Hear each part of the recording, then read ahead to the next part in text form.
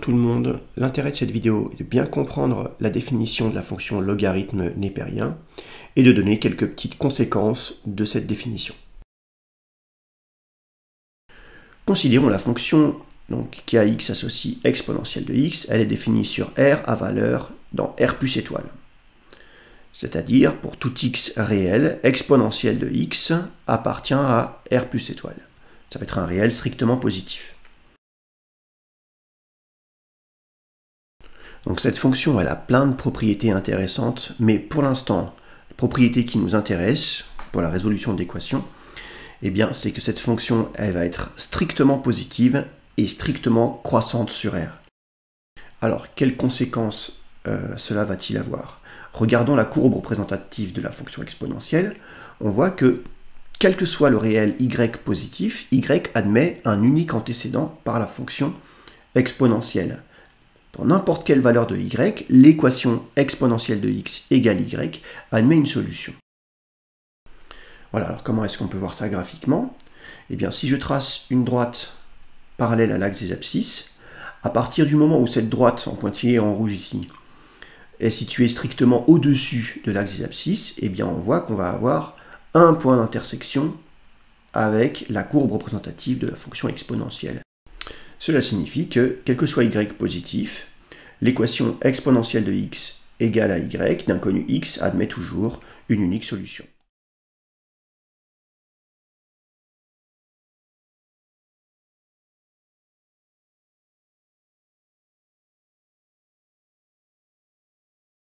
Inversons maintenant le rôle de x et y.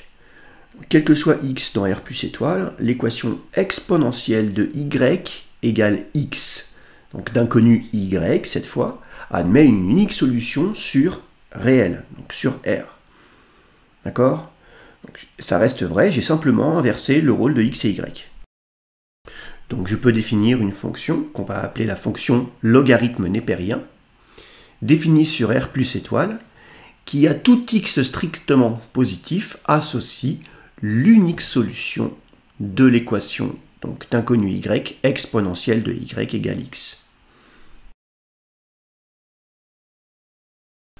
Puisqu'on a inversé les rôles de x et y, la courbe représentative de la fonction logarithme népérien s'obtient à partir de la courbe représentative de la fonction exponentielle en faisant une symétrie axiale par rapport à la droite d'équation y égale x, donc celle que j'ai tracée en noir sur le graphique. Voilà en bleu, vous voyez apparaître la courbe représentative de la fonction logarithme népérien. On voit bien, c'est très important, qu'elle est définie sur R plus étoile.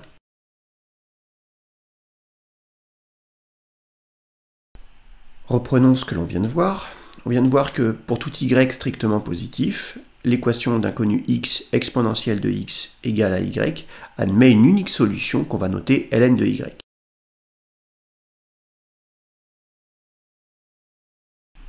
Donc, conséquence immédiate de ceci, pour tout y positif, exponentielle de x égale à y est équivalent à dire que x est égal à ln de y. Deuxième conséquence, pour tout y strictement positif, si exponentielle de x est égal à y implique que x est égal à ln de y, eh bien on a immédiatement exponentielle de log de y est égal à y. J'ai remis les quantificateurs, c'est quand même plus rigoureux comme ça, même si je l'avais dit oralement à chaque fois. Pour tout x réel, troisième conséquence, eh bien, si exponentielle de x égale à y admet une unique solution qu'on écrit x égale à ln de y, il suffit de remplacer y par exponentielle de x et on obtient ln de exponentielle de x égale à x. Quelques valeurs remarquables à connaître. Exponentielle de 0 égale à 1, eh bien ça signifie que ln de 1 égale à 0. Deuxième, exponentielle de 1 égale e, eh bien ça signifie que ln de e égale 1. Une petite dernière, exponentielle de moins 1, eh bien c'est 1 sur e, eh bien ça signifie que ln de 1 sur e égale à moins 1.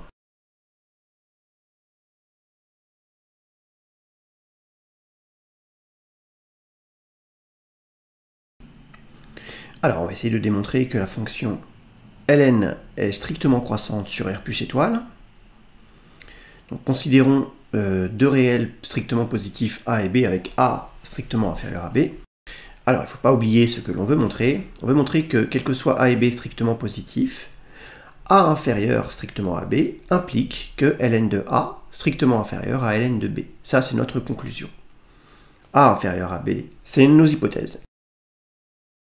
A étant positif strictement, ce qu'on a dit tout à l'heure implique que, eh bien, il existe un réel x vérifiant exponentielle de x égale A.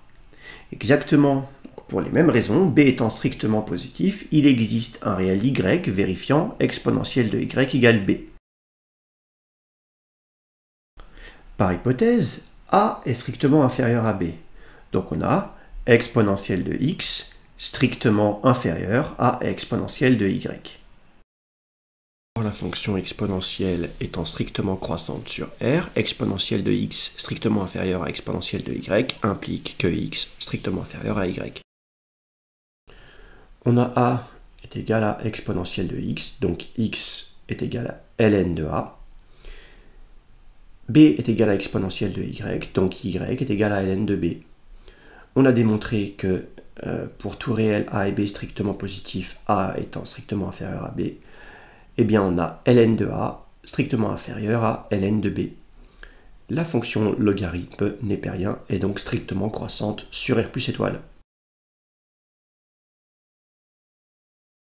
Voilà pour ces premières petites propriétés. Maintenant, on va pouvoir commencer à travailler.